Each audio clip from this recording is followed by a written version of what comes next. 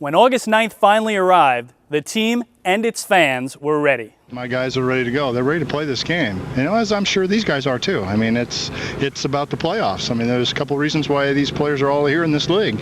One, to get back to organizations, and the other, getting to playoffs. And here it is right here on the table for them. So now it's whoever's the hungriest. With more than 700 loyal Duck fans in attendance in Bridgeport, everything was on the line once again for Long Island's hometown team. In a game dubbed "One Game for All the Marbles" by Bridgeport officials, the Bluefish took an early 3-0 advantage against the Ducks and starter Brian Ricard. Count 1 ball, 2 strikes to Avila. And again, Lou, the rosters of these teams is quite different from what it was the last time we played this game on July 12th. The Ducks do have Garrick back. The Bluefish have Willis Otanez and DJ Boston back, but Long Island has lost Bill Pulsifer, Lance Davis, and Manny Ulloa, 3 of their best pitchers who've gone on to affiliated teams.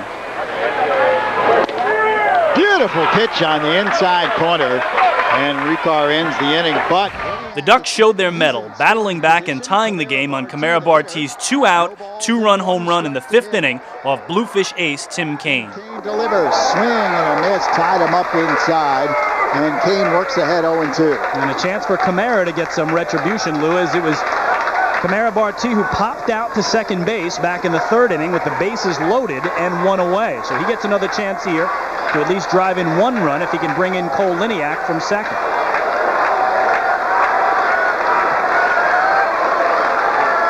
0-2 pitch, swung on and drilled to deep left field. Going back is Otanez. It's gone! A home run for Barti! A 2-run shot! And we are all tied at 4. Well, for Kamara Barti, his team-leading 18th home run. We were down early, so we were like, all right, now we got to fight back. But once you hit that 2-run home run and we're dead even, it's a whole new game. It's like, all right, it's 0-0. Now it's our game. We have the momentum. Let's take it. Let's go all the way with this. Now Andrew Salvo. Be interesting to see if he tries to bunt here. I would think so. Bridgeport thinking bunt. Lou Ulloa now coming in at 3rd, and Salvo bunts it. It's a good-looking bunt, and they're going to go to first. For a second, Sherman thought about going to second, but then got the sure out at first base. Salvo does his job, sacrifice bunt, sends Rodriguez down to second, and he is the potential go-ahead run for the Ducks. Well, Andrew Salvo practices that bunt every day in batting practice, and in the biggest spot of the season for Long Island, he comes through. Has manager Don McCormack there, playing small ball here in a tie game, and now he hopes that Kevin Baez, who's had the best defensive play of the game for Long Island, can come through with some offense. Well, the Duck fans making some noise now. Baez and Justin Davies will try to give the Ducks the lead. Baez swings and lifts it deep down the right field line. Pennyfeather is there, makes the catch. Rodriguez is going to try to go. Pennyfeather's throw is into the stands, and Rodriguez will score on the overthrow. Long Island takes the lead. It's 5-4 Ducks. Well, can you believe it? Will Pennyfeather, who had the best catch of the game for the Bluefish and one of the best arms in the Atlantic League, just threw one into the seats, into the Duck fan section. And as he did, Louis Rodriguez, who was tagging, is able to circle 3rd and score. The Ducks have their first lead of the game in the top of the 9th on a Will Pennyfeather overthrow. With the Ducks now holding a 1-run lead, Long Island called on closer Bill Seamus for the final 3 outs. And the Bluefish now down to their last strike.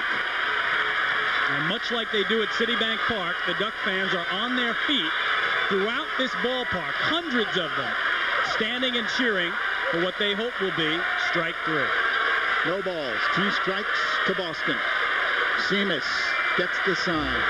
Here's the 0-2 pitch. Swing and a miss, strike 3. The Long Island Ducks have won the first half championship in the Atlantic League's North Division. And the Ducks will go to the playoffs for the first time in franchise history. And you see the jubilation on the mound. It has taken them 4 years, 3 months, and 12 days since the first pitch in franchise history was thrown back in April of 2000. But there will be postseason baseball on Long Island come September for the first time ever. And that guy, Bill Seamus, is the happiest man on the field. The Ducks battle that. Once we got to that last inning once we brought Seamus in the 8th and we got through that, and knowing that, our cards are on the table. Everything that you kind of laid out before the game, how you want the game to go, and everything is just, it's right there for you. You just stick by your game plan that you pretty much had thought out. And when it gets down to it and it comes to, here it is, right on the table for Mr. Seamus, and the guy we've counted on the whole time. And it's like I've said before, he's one of them guys that you count on night in, night out. And it was just kind of a relaxed excitement watching him, because he just kind of manhandled Daryl Boston. It was really not much of a contest. And it was just, after that, it was such a relief, to finally get on the board with that first one, that the three of us, me, Buddy, and Dave, just kind of was embraced, and we let them do their thing on the field, and it was a relief sensation.